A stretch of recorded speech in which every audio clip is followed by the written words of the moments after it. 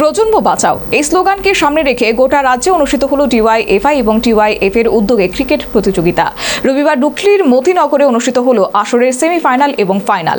শেষ পর্যন্ত কুমারঘাটকে পরাস্ত করে আসরের চ্যাম্পিয়ন হলো ডুকলি। নেশা, জুয়া আর মাফিয়ার টাকা নয়, সুন্দর সমাজ গড়ার স্বপ্নের চেতনা নিয়ে চলুন খেলার মাঠে। আগামী প্রজন্মের জন্য একটি নিশ্চিত ও উজ্জ্বল ভবিষ্যতের লক্ষ্যে এবং দুর্নীতি ও সন্ত্রাস মুক্ত ত্রিপুরা গড়ার আহ্বানে অনুষ্ঠিত হলো 10টি দলকে নিয়ে রাজ্যব্যাপী প্রতিযোগিতামূলক ক্রিকেট আসর। রবিবার মতিনগর স্কুল মাঠে অনুষ্ঠিত হলো আসরের দুটো সেমিফাইনাল এবং ফাইনাল ম্যাচ। উত্তেজনাপূর্ণ ফাইনাল ম্যাচে কুমারঘাটকে হারিয়ে চ্যাম্পিয়ন হলো ডুকলি।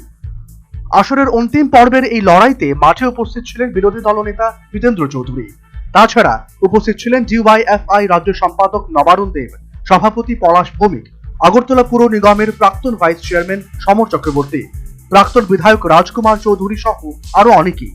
অনুষ্ঠানে আসরের সার্বিক উদ্দেশ্য এবং লক্ষ্য বর্ণনা করতে গিয়ে বিরোধী দলনেতা জিতেন্দ্র চৌধুরী বলেন, প্রকৃত মানুষ হতে হলে তাকে দৈহিকভাবে, শারীরিকভাবে, মানসিকভাবে তৈরি করতে হবে।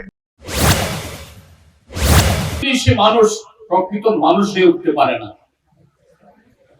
সে মানুষ, তার প্রত্যেক মা বাবার স্বপ্ন থাকে তার সন্তান যেন একজন শ্রেষ্ঠ মানুষ হয়, উদার, মানবিক এবং সব দিক থেকে দক্ষ, কর্মঠ,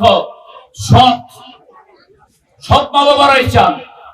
কিন্তু সেই সন্তানকে যদি ঠিক সেরকম পরিবেশ না দেওয়া যায়, চর্চা না করা যায়, তাহলে সেই সন্তানটা মা বাবার অনেক দোয়া, অনেক স্বপ্ন, অনেক আশা, অনেক প্রার্থনা সত্ত্বেও এটা হয়ে ওঠে না।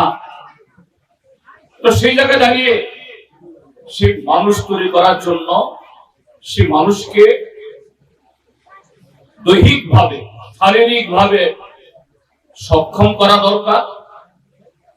আর সেই সক্ষম মানুষ তার ভেতরের যে মন যাতে সুস্থ হয়, মানবিক হয়, সুন্দর হয়, দায়বদ্ধ হয়, দেশপ্রেমিক হয়, তাকে সেই পাঠ দিতে হবে।